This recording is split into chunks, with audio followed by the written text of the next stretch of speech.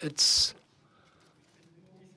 just 5 p.m. I'm very much impressed with the organization.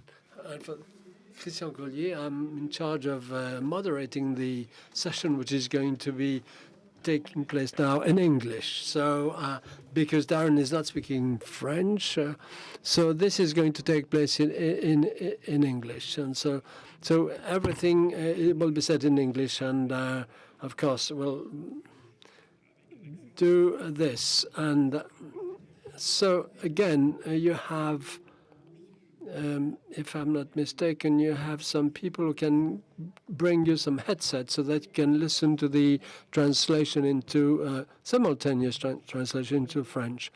So, English. Let me first introduce this my two panelists. I will be the moderator, so I will do not try to intervene too much in the debate between Philippe and Daron. So Daron is an economist from MIT.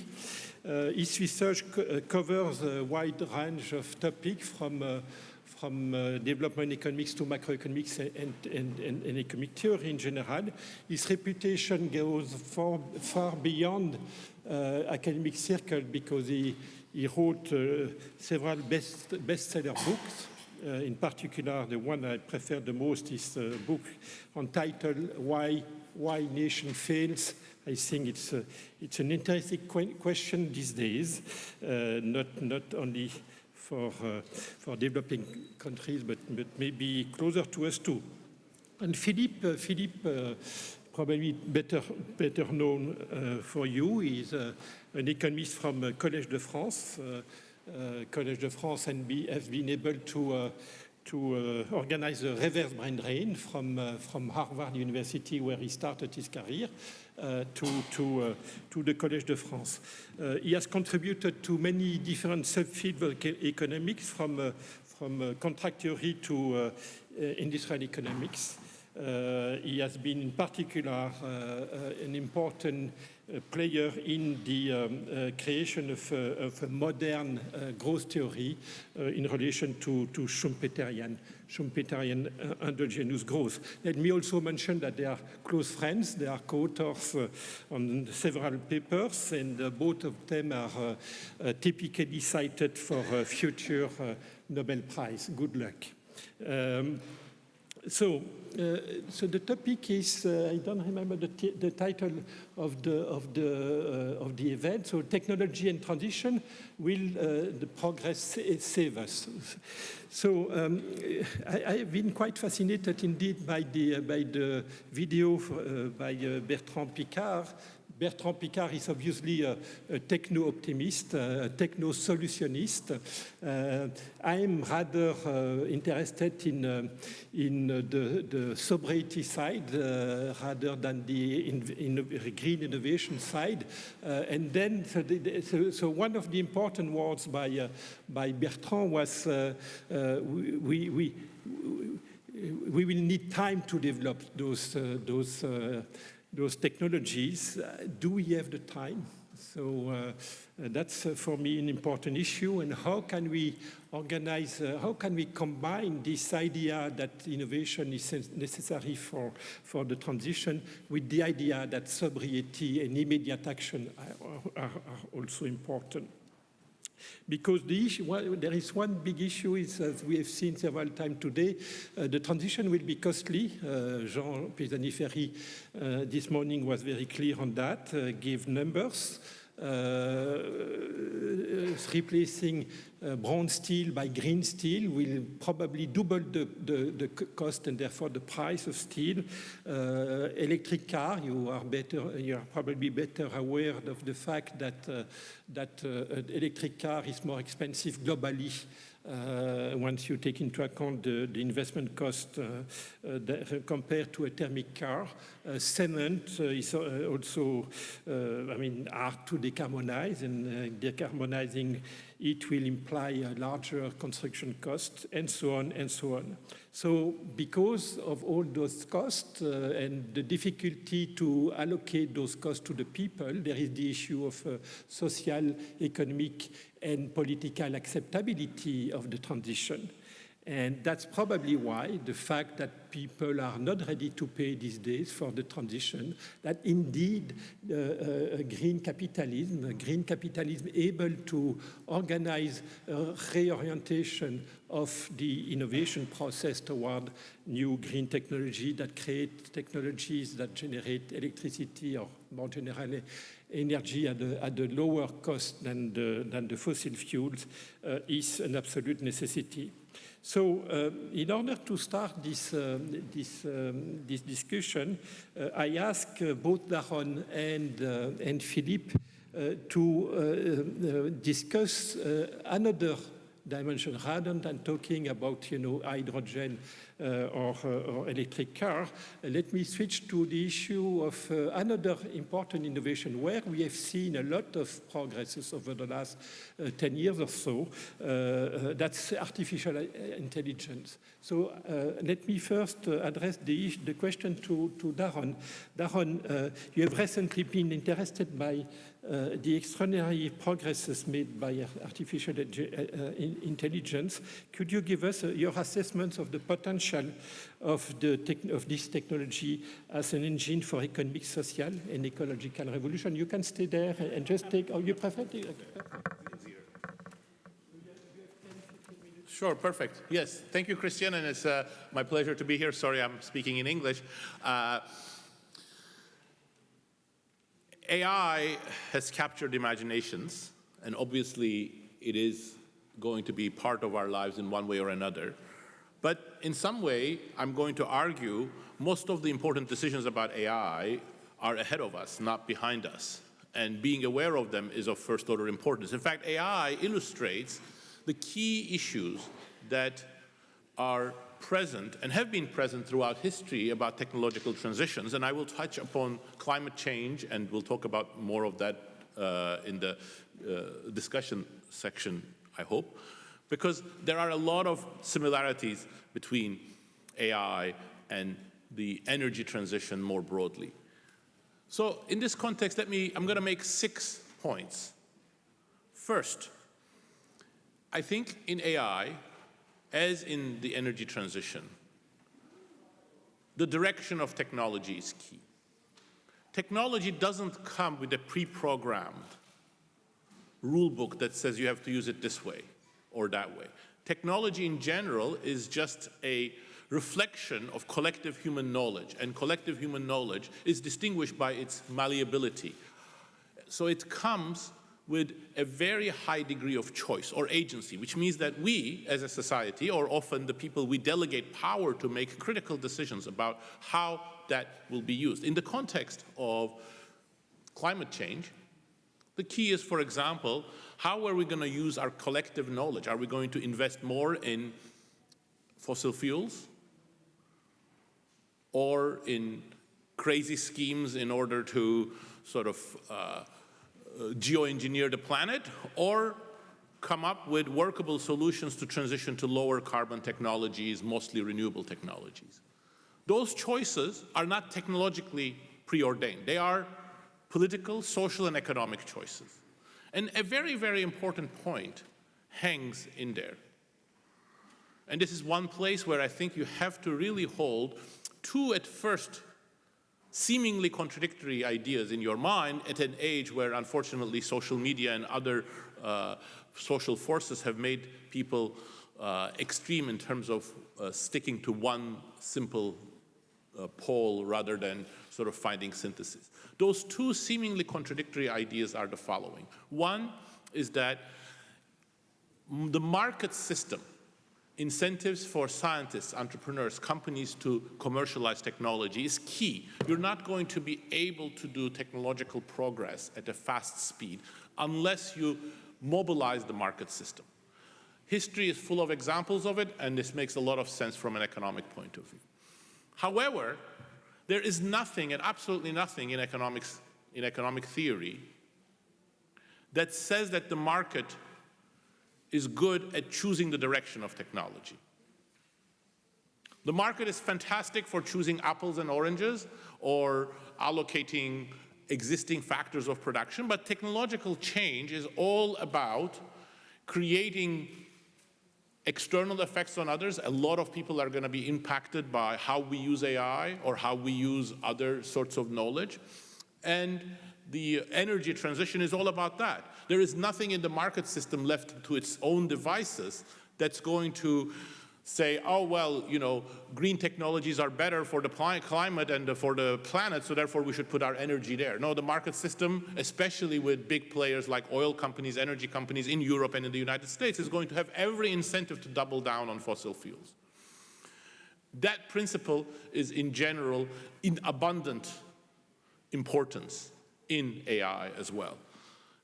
That's both good and bad news, because the bad news is you cannot just stand back and say, oh, everything's going to work out. The good news is that it actually empowers us, because it is our agency that's going to determine what's going to happen to climate. It's our agency that's going to determine what's going to happen to AI. Second point, right now, there is a tremendous amount of hype in AI, and also perhaps hype in technology in general that's completely unproductive. So I didn't understand the video before, but my French is, well, I could understand some parts of it. I think techno-optimism in AI, techno-optimism in climate is our worst enemy, because it is essentially a way for us to stand back and not take any action, especially when there are very obvious choices that are problematic. In the context of AI, that techno-optimism has been what has enabled the US industry, and in some extent in other places as well, to become unregulated and to assume an enormous amount of power. And it is being amplified and multiplied over the last few years with the generative AI advances, where you have reports from McKinsey, Goldman Sachs, or every week an article from The Economist magazine, New York Times, saying how AI is going to transform our lives, completely minimizing the problems and completely exaggerating the speed with which AI is going to play out. For example, Goldman Sachs and McKinsey expect that within the next 10 years, GDP per capita is going to increase, the growth rate is going to be higher by 2-3 percentage points a year, which, if you think about it, is not just unlikely, it's completely impossible. Most of the things that generative AI can do today are a very, very small fraction of what is done in the economy. So whatever you do, you're not going to be able to have that kind of impact in 10 years. But that sort of hype really sort of hides the very important questions that are at hand. Third, I think the discussion of AI should start by a clear distinction of what AI is, what it can achieve, and also emphasizing that, and this is my view, not everybody, and certainly not people from the industry will agree, perhaps Philippe will not agree with this, but there is good AI and bad AI. First of all, what is AI? AI is nothing other than an information system. It is the information technology par excellence. Its capacity is to take vast amount of information and summarize it or filter the relevant parts of it. The irony of our current age is that information is abundant. Everything you want and a lot of things you don't want are on the internet. But useful information is scarce, meaning that if you actually need some knowledge to be able to perform some tasks, like, for example, the electricity system doesn't work in your house, you want to see what's wrong, well, that useful information is not at your fingertips, and you won't be able to find it on the internet. If you're an electrician, middle-of-the-road electrician, even you won't be able to find out many of the problems deep source, because we are dealing with fast-changing technologies, new equipment. If we go to the electricity grid, we're going to need more and more of this useful knowledge. So good AI is what will empower human workers to become better decision makers and to perform more sophisticated and new tasks, like a middle-of-the-road electrician who can now troubleshoot much more complex equipment, and therefore, as a result, starts performing more sophisticated, more complex tasks, and also can become more rapidly trained in doing things that are much more valuable, and that will potentially increase his own income as well as his or her contribution to society. In the area of social communication and democracy, it's the same thing. AI is an informational tool. Of course, people who wrote about the internet, AI, social media, being a force for democracy were not crazy. They may have turned out to be naive, but they weren't crazy. What they were talking about was a reality then, and it becomes more of a reality with AI. That you can use AI as a way of forming new platforms, new ways for people to actually take control of their communication, of their information, not being manipulated. Do you want proof? Yes. There are a number of startups in the US that try to do this, but more importantly, the Taiwan experience is a perfect illustration of this. Under the leadership of Aubrey Tang, who became the digital affairs minister under the new government that came to power, they were just re-elected, but they came to power 5 years ago, Taiwan introduced a series of new platforms empowered by AI that helped democratic accountability, that made what the government was doing available to people, that made government data available to people so that they can monitor government and bureaucracy. It enabled people to make direct recommendations and policy proposals. It enabled people to block a couple of monopolization deals that were on the table, and it also makes it a crime to use information in manipulative ways, and it is enforced because everything is very clearly digitally watermarked so that you know where misinformation or manipulative or extremist action is coming from. So AI could be a tool for people to take control of the type of communication and actually a pro-democracy tool. But there is also bad AI. Bad AI is the one that that disempowers people rather than empowers people. It's used for excessive, mindless automation, which tends to increase inequality. It's used for monopolizing data in the hands of a few companies, with the centralization of that data being then monetized via manipulative ways such as digital ads. It is the continuation or part and parcel of what we have seen with social media, and it is clearly anti-democratic in the same way that it is also inequality boosting. So putting the two things together that I have said, which is that we have a choice and there is good AI and bad AI, it's clear why the choices we have ahead of us are so important. And my emphasis on why techno-optimism and hype is so trenchant is because the hype and techno-optimism convinces us that we don't have a choice. Things have already happened. We're going either in a good direction or it's all going so fast that the choice has been taken away from us. In fact, my fourth point is that, no, we have choice, but unfortunately, we are very much going in the wrong direction. So the vast majority of effort in the US and in other countries right now in AI is towards bad AI. So all of the kinds of things that I said, when I mentioned we can use AI to make electricians more productive in more pro-democracy ways, if your instinct was, oh, Daron is telling us, Pollyanna-ish stories, well, you are half right. If you read me as saying that's what we are doing right now, that would be crazily Pollyanna-ish. That's not what we are doing right now. What I'm talking about is a potential. And right now what we are doing is we're doing our best to destroy that potential. So the tech companies right now are powered by two things. A business model that has been very successful in the tech industry for the last 25, 30 years, and an AI ideology, and both of them push us towards bad AI. What is the business model? The business model is large corporations monopolizing data and using that in order to create tools for other large companies to automate work. And what is the AI ideology? It is an idea that can be traced back to Alan Turing, but it finds its apex in the crazy notions around artificial general intelligence that somehow AI tools are going to become so good that they can do everything and humans are fallible, unnecessary, eliminatable, you can just put them aside. When you put these two together, you get a very strong force that is both ideological and profit-driven, where you collect data in the hands of oligarchic models, oligarchic companies. They use them in order to create the tools that can put aside humans and not so much trying to make humans more productive, and using also that information for manipulating humans, like, for example, getting their attention, their strong emotional reactions, their envy, their insecurities, in order to get further attention and monetize that data, is completely acceptable. Collecting data from them is completely acceptable because humans are, not so interesting, not so important. They're just a source of data while the AI models get better. And again, there's nothing, I hasten to add, there's nothing inevitable about any of these two things.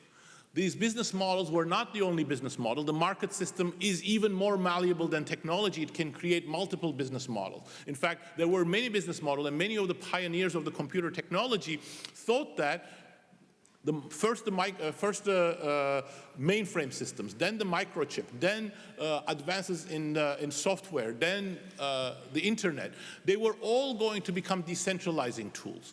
And again, they weren't naive. There was really that power to become decentralizing tools. If you look at what pioneers of the computer revolution in the 60s were writing, they're writing IBM, IBM doesn't understand technology, it's dominating technology, it's monopolizing technology. If only we could free technology from IBM's monopoly, it's going to be much better for the people. And you know what they got? They got much more powerful, much more monopolizing companies than IBM, Microsoft, Google, Apple, Amazon. But there was nothing inevitable about that. And my fifth point is that there is still nothing inevitable about that. We're not too late. The hype and the techno-optimism makes us think that we are too late. Somehow all the important decisions have been made. Either we're heading towards super intelligent AI and the killer robots, or we're heading towards the seventh stage of heaven, where we're all going to be, according to, can you believe this? Sam Altman's dream is that we will each have our own planet. That's the kind of future we're heading towards. But we're not too late. We are not too late. Just like in climate, you can redirect technology.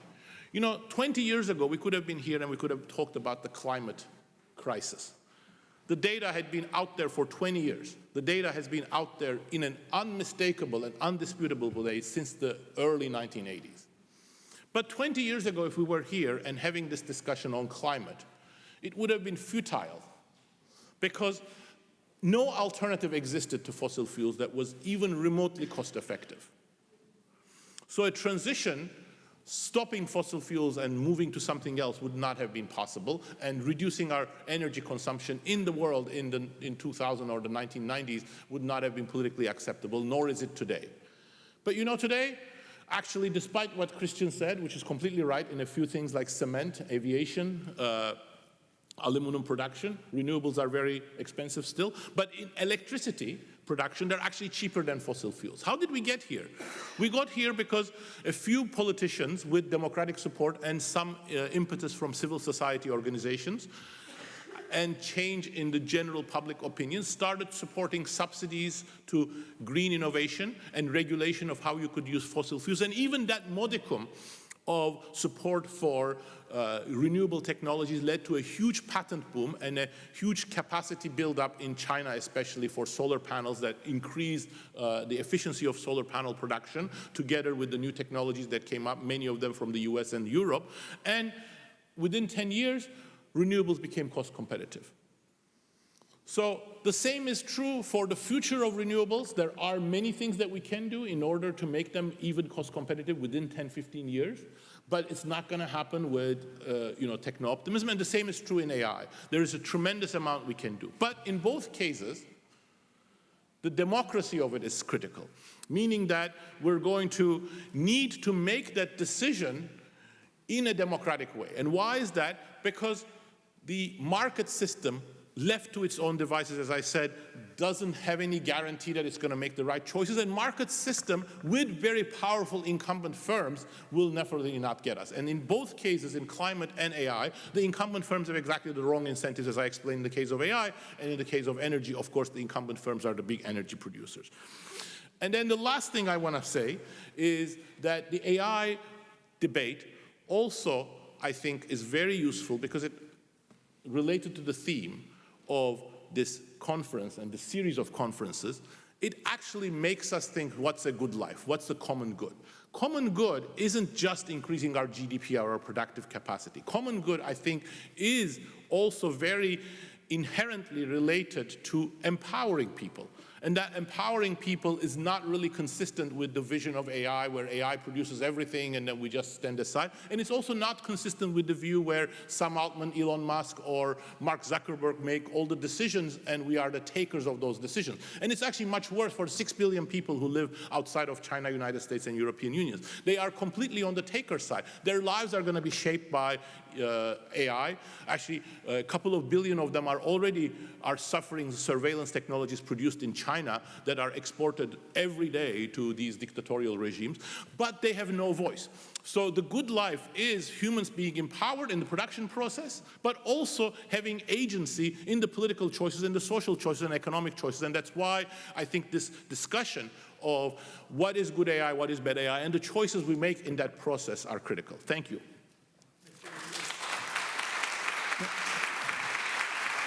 Thank you. Thank you very much, Daron, for reminding in particular that the common good cannot be measured just by GDP. There are many other dimensions that are important. And that's important that the economists say that, because they are often considered the people who defend that GDP is the measure of common good, which is obviously not true. So, Philippe, do you share Daron's pessimism on artificial intelligence?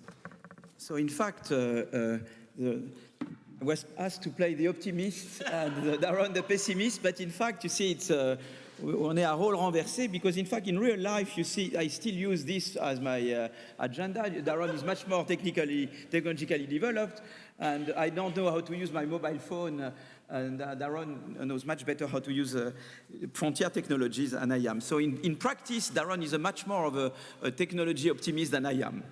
But I'm asked to play the optimist. It's true that there's been, various reasons for pessimism. I mean, for example, Robert Gordon tells you, well, the great innovations we already made, okay? We had the steam engine revolution was a big deal, the electricity revolution was a big deal, but then IT is less of a big deal, probably, possibly AI maybe even less of a big deal. The low-hanging fruits we already got, and now we have to go and try to get the high-hanging fruits. And so that's the Gordon view a bit. And the Gordon view has been fueled by a recent paper by co-authors of mine. I like all of them very much, but I will take my glass of water. I like all of them very much, but on that paper, I disagree with them. So it's Bloom, Van Reenen, and Chad Jones and co-author, and each of them is a co-author of mine, and I love to work with them. I respect them very highly, but they try to argue technology by technology that, ideas were harder to find. For example, they said, well, there is Moore's law. Every, I think, 18 years or whatever, you double the number of transistors per chip. But now it takes many more researchers nowadays to double the number of transistors than it used to, and that proves that even if you go narrowly into particular sectors, you find that ideas are harder to find. And when they presented that paper, which is a very cool paper to read, and I love them, and they write beautifully, and I recommend reading that paper, which I think is in AER or whatever, I asked them the following question. It could be that the chip now is much better than the chip was before. Maybe a chip now can do many more things. So you should deflate by the quality of the chip. And what would happen when you do that? Maybe ideas are not so much harder to get. Also, another thing, it was important at some point to double the number of transistors per chip.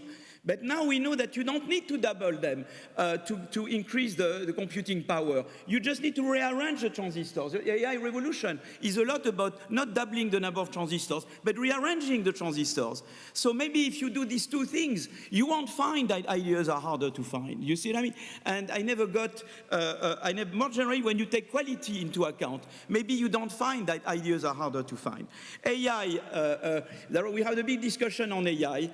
Some people believe that AI doesn't bring much growth. Some people, I know that I am not in agreement with those who believe it will be a 3% addition in the next 10 years, but maybe it will be more than 0.05, and we can argue on that, okay? And then on degrowth, on green, there is the degrowth. There are those who tell you that the only way out, to fight climate change is to have negative growth. And we had negative growth in the world, in France in particular, when we had the COVID. Between March and May, June 2020, 4 years ago, we had no choice. We had to do degrowth. We had to do the lockdown. French GDP went down by 35%, and CO2 emissions went down by 8%. Do we want to be permanently in the lockdown? We were forced to because we had no vaccine. But that was a degrowth. We experienced degrowth. For developing countries, degrowth was dramatic because, it prevented them from developing, mortality went up, famines went up. I mean, is that what we want? So my view there is to say I'm not a technological pessimist. I think technologically we have possibilities. The problem are institutional. Maybe there I concur with Daron. So let me get to blue metal. Blue metal, I already told you. I think the thing on the microchip and transistors, I think the analysis has to be redone. And if you do the analysis properly, maybe you don't find that ideas are harder to find. On AI, there are various ways. There's been a very interesting study by Brynjolfsson and co-authors on a firm that it's a Fortune 500 firm in the US, which advises small and medium-sized enterprises on adopting software. And what they realized is that, and usually when a small and medium-sized manager calls that firm, you get to a Philippine employee. And then they looked when the Philippine employee had access to ChatGPT or those who didn't have access to ChatGPT. And they found that it increased their productivity a lot. Having access to the ChatGPT increased enormously the productivity of those employees. Now you could say it's a micro thing. What about the macro? Well, the macro, one thing would be to extrapolate from previous GPTs. You could extrapolate from the electricity or you could extrapolate from the IT revolution. There is another method which Daron has developed, which is task-based. He relies on the task-based models he developed with Restrepo to estimate the effects of AI on TFP. And you say, well, the TFP gain, you have to look at the GDP share of tasks that are exposed to AI, the share of exposed tasks for which AI is profitable, the labor cost saving enabled by AI, and the labor share adjusted for AI exposure. There, in fact, it turns out that you can have the very pessimistic approach, but on each of those components, you can be more optimistic or median. And where Daron you find a 0.07, my median is 0.7. So we can argue on that. It's more or less what you would get from the extrapolation. It's not 3%, but it will not be 3 percentage point addition. It will be a 0.7. So AI, has growth potential. But AI on top of that, here we don't just look at the fact that AI automates partly the production of goods and services. But in fact, AI on top of that automates the production of ideas. And why does it automate the production of ideas? Because, in fact, it helps find solutions to complex problems. AI facilitates imitation and learning. AI can become self-improving. So AI improves the innovation technology. It's not just that you automate the production of goods and services, you automate the production of ideas. So you improve the innovation technology. And as such, it can be a source of permanent growth increase. You see what I mean? And so far, the studies of AI have not looked at how much can be gained on the production of ideas. We just looked at the production of goods and services, but maybe you do research more efficiently now. So you could, ideas, if ever ideas were harder to find, which I contest some aspects of the blue metal paper, even more with AI, I contest the blue metal paper. I think with AI, ideas may become easier to get. And that's something that we have not quantified yet. Okay? So that's on the AI. Let me just get back to my thing. So in fact, I told you already, blue metal, I don't quite agree. AI, I think we underestimate the growth potential of AI. Okay? Degrowth, already Daron gave you the answer. We are not bound to have degrowth because we can have green innovation. And green innovation, it's innovation to find new sources of energy. It's innovation to get cheaper energy.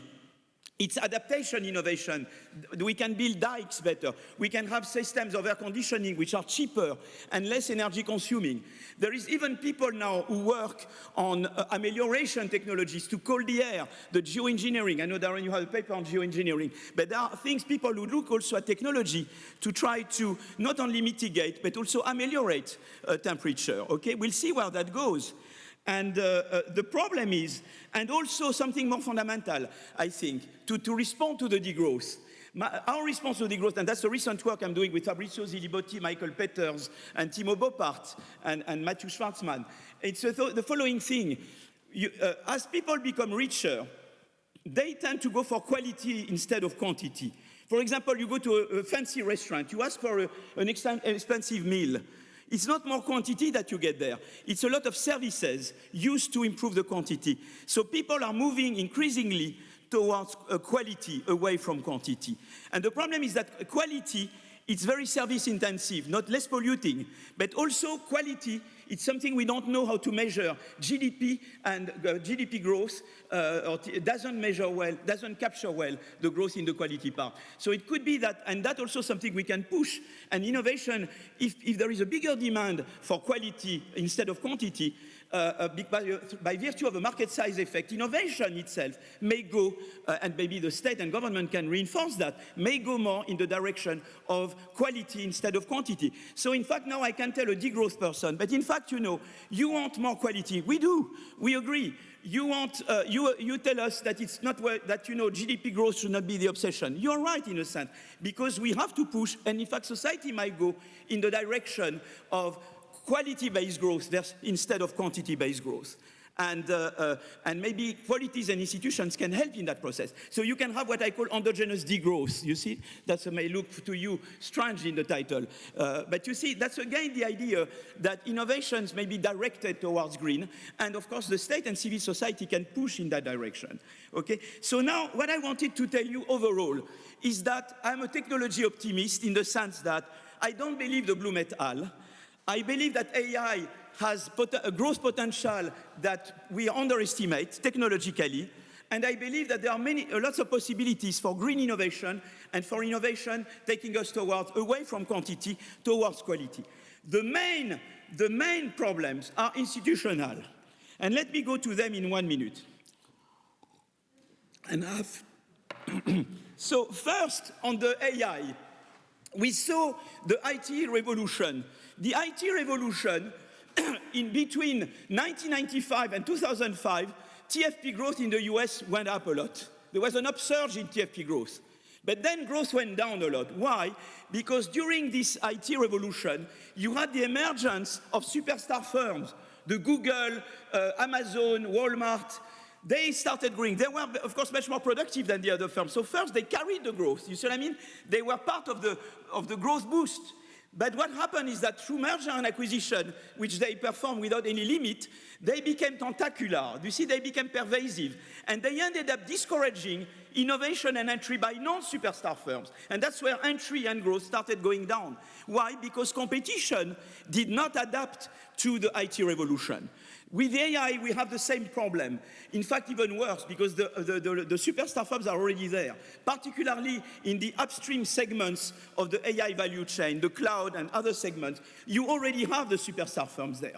And the big problem with AI, for me, is not so much the technological limit, is the fact that institutions are not appropriate. If you don't reform competition policy, AI, instead of becoming a growth booster, may become an impediment, a growth hinderer. You see, an impediment to growth. So we need to adapt competition policy. So that's why in the report I handed over to Macron in mid-March, we recommended to have open source very much, to reform the Digital Market Act, to fully integrate the value chain of AI, to have a more dynamic way of doing competition policy. I have a colleague, Richard Gilbert, that you know certainly from Berkeley. He also complains that competition policy is too much market definition, market share-based, not enough looking whether a merger and acquisition will inhibit future innovation, future entry. So we have to reform competition policy so that AI can deliver on its growth potential, you see? And the same thing is true for green. We have many possible green innovation. The problem is that firms, and that's the work I've done with Daron, our AER 2012 paper, spontaneously, firms that innovated a lot in dirty technologies keep innovating in dirty technologies. They are reluctant to, because it's too costly for them to move toward green innovation. So that's where you need the state and civil society to redirect the technical change of firms away from dirty innovations towards green innovation, carbon tax, green industrial policy, IRA. I'm not all for IRA entirely, but we should do a bit more of IRA in Europe. And the civil society, in work with Roland Benabou, Alexandra Roulet, and Ralph Martin, we showed the important role that consumers can play. If you are in a country where consumers have a demand for green, that pushes firms to innovate green. So state, civil society have a big role to play to redirect innovation towards green. So overall, you see, my view is that technologically there are many possibilities. And of course, the problem is that Europe, we are very bad at breakthrough innovation. That's the work that Jean together, I'm done in 3 minutes, Jean with Daniel Gross, 2 minutes, has produced a very interesting report from Bocconi explaining that in Europe we don't do breakthrough innovation. We don't have the DARPA. We don't have proper venture capital. We don't have proper institutional investor. We don't have the ecosystem that would allow us to do breakthrough innovation like the US is doing and like also China is doing. So that is a big issue. We need to put in place the institutions that will allow us to deliver, so that we can use AI to deliver growth and employment. AI has also an employment creation potential, but you want to adapt education, labor market policy, so that AI can deliver on its potential to create employment. Why does AI create employment? Because AI, that's something also that Daron has pointed in a paper, Papers and Proceedings with Restrepo and Claire Lelarge, is that because it makes you more productive. And when you become more productive, you increase your market share worldwide, and it increases the employment demand, and you can increase employment. Of course, AI does not increase employment uniformly, but it has a potential to create employment, all the more if you have good, training, education, and labor market policies. So the bottom line is that technology in itself, there is many things you can do, but you need to invest in them and to have the institutional environment. So, for example, the AI report, we recommended more competition, but also smart industrial policy, which is a pro-competition industrial policy to foster, computing power and diffusion of AI throughout the economy. And I think that's so I guess at the end, I think we don't disagree that much. The problem for me is mainly, and we wrote a paper with, this paper, Acemoğlu, Aghion, Zilibotti, where we were talking about inappropriate institutions. The problem is not primarily the technology, is that the technology, it's all the joint result of technology and institutions. If the institutions, like competition policy, like labor market policy, do not adapt to the technological revolution, then you become miserable with the technological revolution. And the only way, but on the other hand, if you adapt the institutions and policies, then you can get a lot out of the technological progress that you are generating. So I think at the end, I was asked to disagree with you, but I don't think we disagree so much. Thank you very much, Philippe. So, well, I'm not a specialist on artificial intelligence, but I'm impressed by your optimism. It's true that over the last 2 centuries,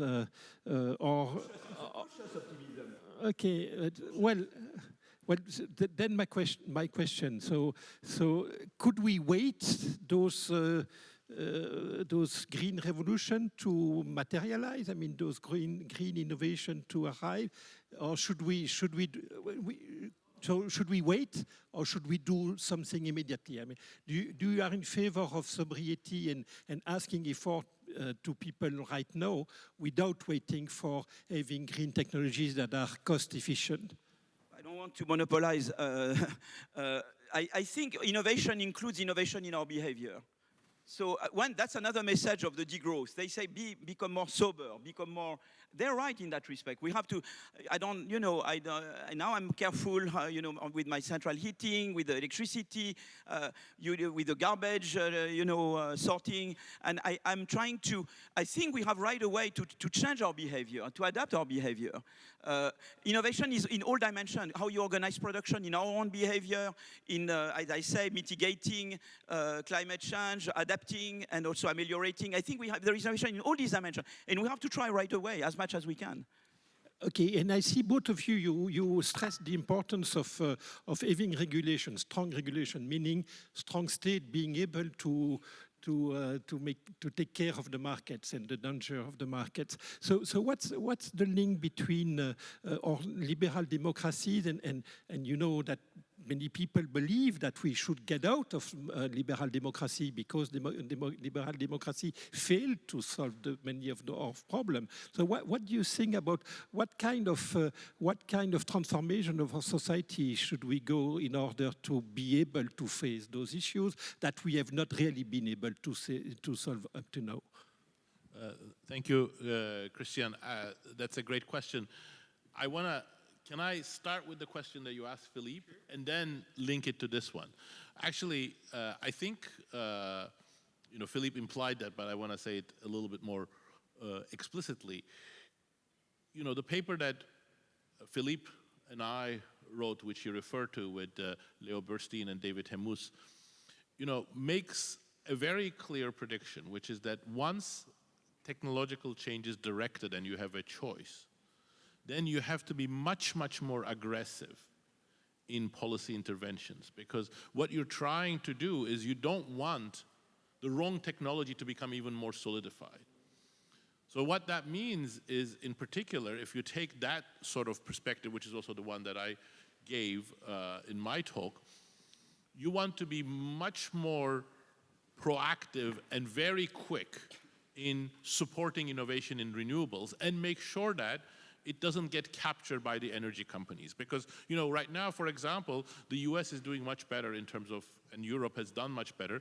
But if you still look in the US, I don't know the data in Europe, but I would be surprised if it's the same. In the US, who's getting the green subsidies? It's actually still big oil companies. Why? Because they have cooked up some schemes for claiming certain things are green technologies, including carbon capture, which is, now even the people who suggested carbon capture early on have completely recanted. There's no evidence that it could be cost effective, but carbon capture is complementary to continuing with the fossil fuels, and they're getting a lot of so you have to prevent that. So you really have to stop fossil fuel companies setting the agenda so that you can facilitate the renewable transition. And when you start thinking about that, it also, I think, has the answers to your question. Yes, it is true that China at times can act faster. But at the end of the day, democratic governance is the best way of ensuring that technologies are used in a way that's in the interest of a broader set of people. China may be very fast in supporting some solar panel companies, but the moment solar panels stops being the leading technology, China will continue to support them, because authoritarian governments are very much easier to capture by special interests. And secondly, in the field of AI, for example, China is emerging as a very, very big player. Why? Because they think surveillance technology. So a lot of the money that's going into AI-type investments in China is going to surveillance and monitoring technologies, and that's not the kind of technologies that we want.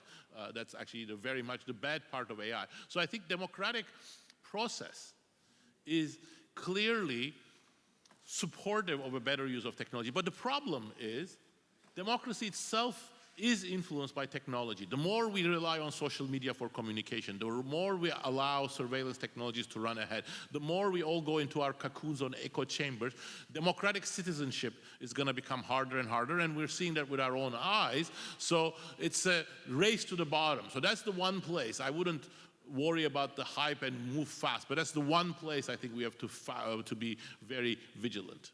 Let me mention one of your last book on the narrow corridor. I think it has not been yet translated in French, but it's a very nice book on this. So on this question for both of you, what do you think about the recent potential decision, I mean the suggestion by the European Commission to tax Chinese electric car It has already been decided in the US with this 100% border tax. It should be something like 35% for Europe.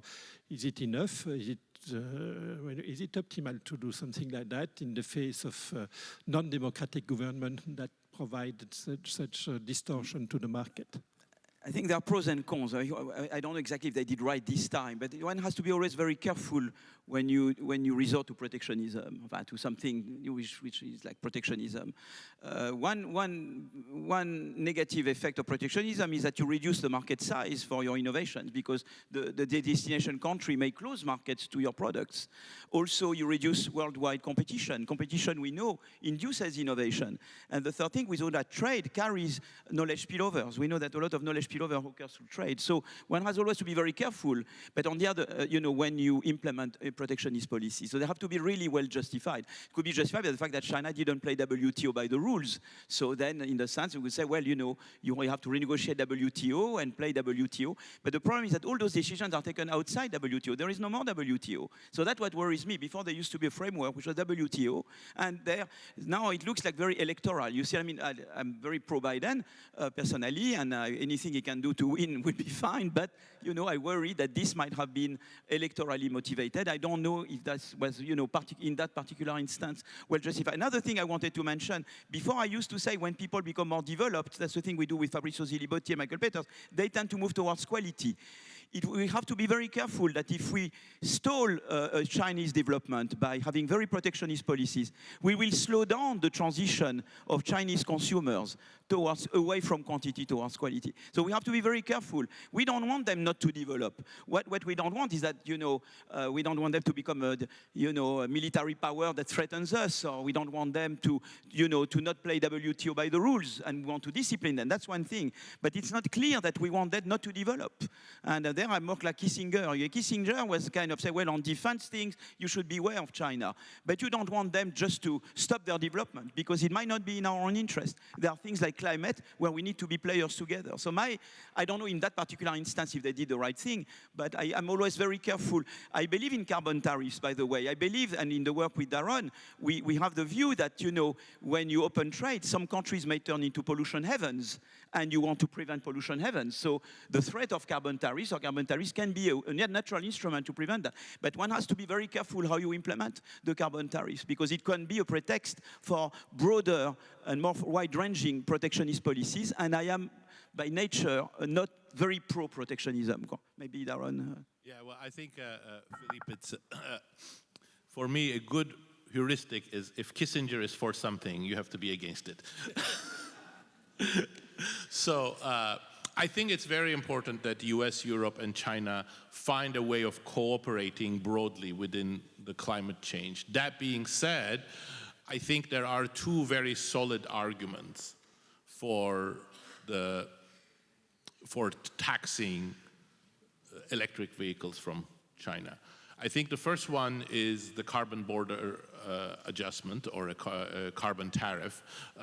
So this is very important, and I think US cannot really appeal to it, but for Europe it's very important. I think Europe should be very consistent and has an amazing argument here, because carbon tariffs both make economic and political sense. The economic sense, of course, you're taxing your own domestic suppliers while you're going to then subsidize the foreigners. But more importantly, carbon tariffs turn climate policy from strategic substitutes to strategic complements. What that means is that, if you don't have carbon tariffs, the more I tax a sector for, say, polluting, the more we will provide incentives to other countries not to do so, because then they create an opening for their companies.